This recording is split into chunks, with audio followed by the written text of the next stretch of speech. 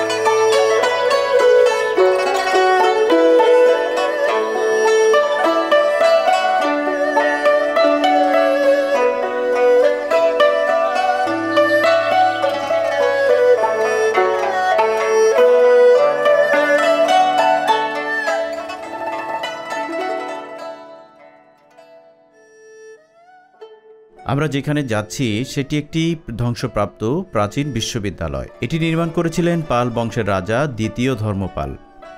এটি একটি বৌদ্ধ বিহার। এখানে শিক্ষকতা করেছেন শ্রীজ্ঞান অতীশ দীপঙ্কর, শিলভদ্র, কাহ্নপা, জলন্ধরিপা এবং বোধি ভদ্রের মতো জগৎ বিখ্যাত পণ্ডিতগণ। শিক্ষার্থীরা আসতেন চীন, তিব্বত, মায়ানমার, ইন্দোনেশিয়ার মতো দূর দেশ থেকে।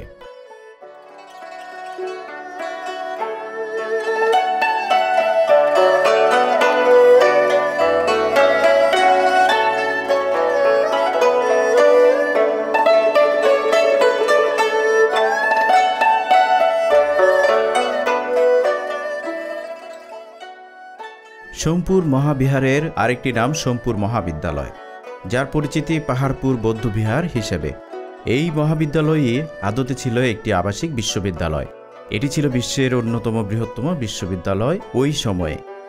এখানে বিভিন্ন বিষয়ের সাথে আধুনিক ট্যাগ সিস্টেমও পড়ানো হতো বলে জানা যায়।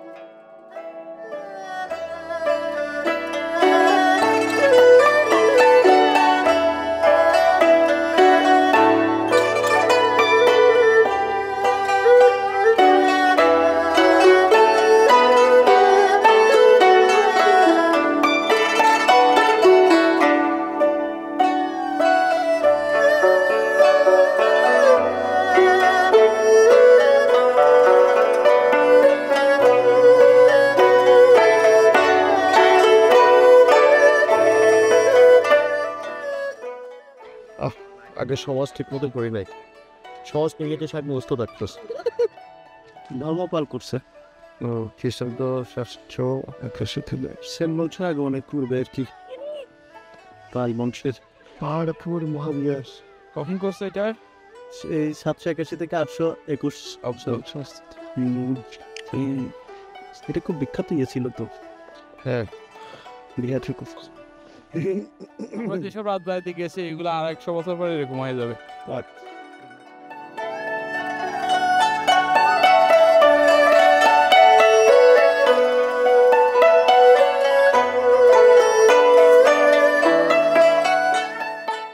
প্রাচীন এই বিশ্ববিদ্যালয়টি অর্থাৎ মহাবিহারটি নির্মিত হয়েছিল প্রাচীন পুণ্ড্রবর্ধনের রাজধানী পুণ্ড্রনগরে, যা আজকে নওগাঁ জেলার বদলগাছি উপজেলার পাহাড়পুর গ্রামে অবস্থিত। প্রায় ৩০০ বছর ধরে বৌদ্ধদের গুরুত্বপূর্ণ শিক্ষা কেন্দ্র ছিল এই বিহারটি। এই বিহারের আচার্যের দায়িত্ব পালন করেছেন অতীশ দীপঙ্কর শ্রী গ্রানু।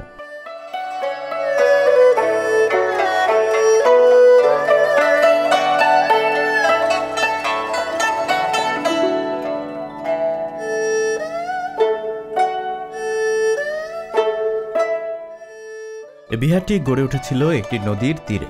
আজ থেকে প্রায় ১৩০০ বছর আগে সোমপুর মহাবিহারের পূব দিকে একটি বহতা নদী ছিল, যার চিহ্ন মাত্র আজ আর চোখে পড়ে না।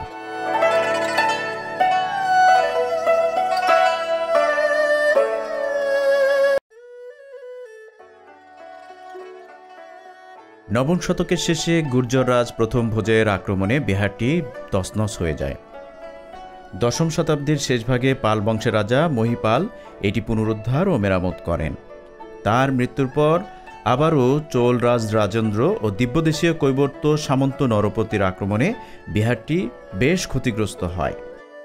একাদশ শতকে রামপাল তার হারানো রাজ্য পুনরুদ্ধার করে বিহারটি পুনরায় মেরামত করেন।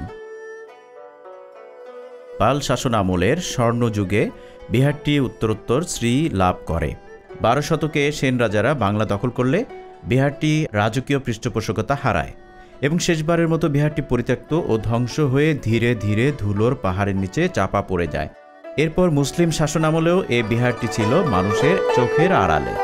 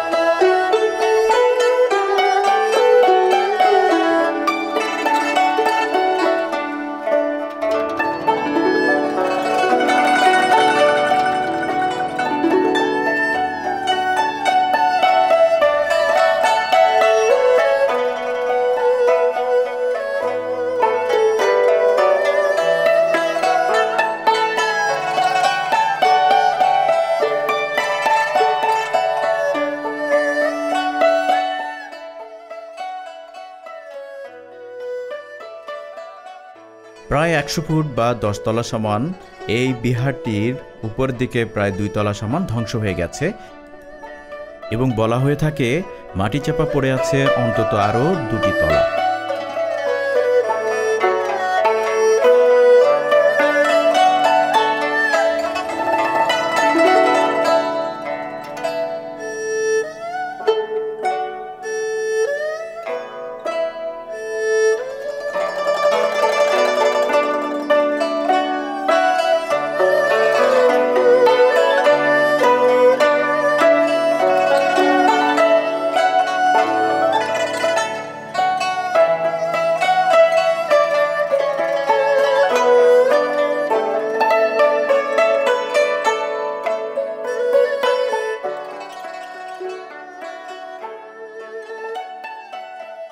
বিহারের শিক্ষক এবং শিক্ষার্থীদের জন্য এখানে বরাদ্দ ছিল ১৭৭টি কক্ষ, ছিল রন্ধনশালা, কূপ, ভোজনশালা এবং প্রার্থনা কক্ষ।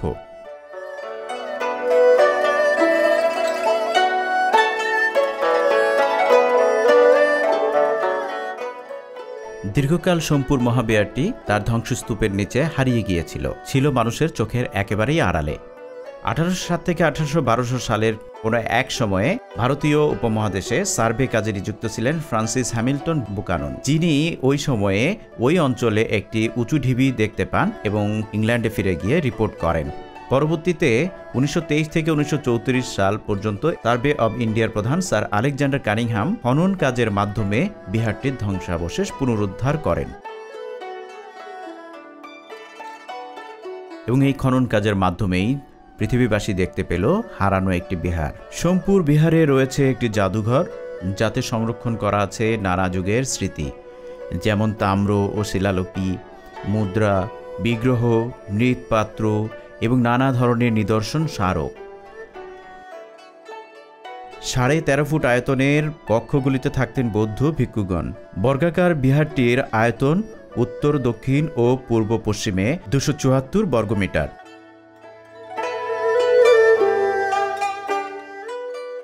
মূল প্রার্থনা কক্ষটির কেন্দ্রীয় মন্দিরটির মিনারটির উচ্চতা ছিল প্রায় 30 মিটার।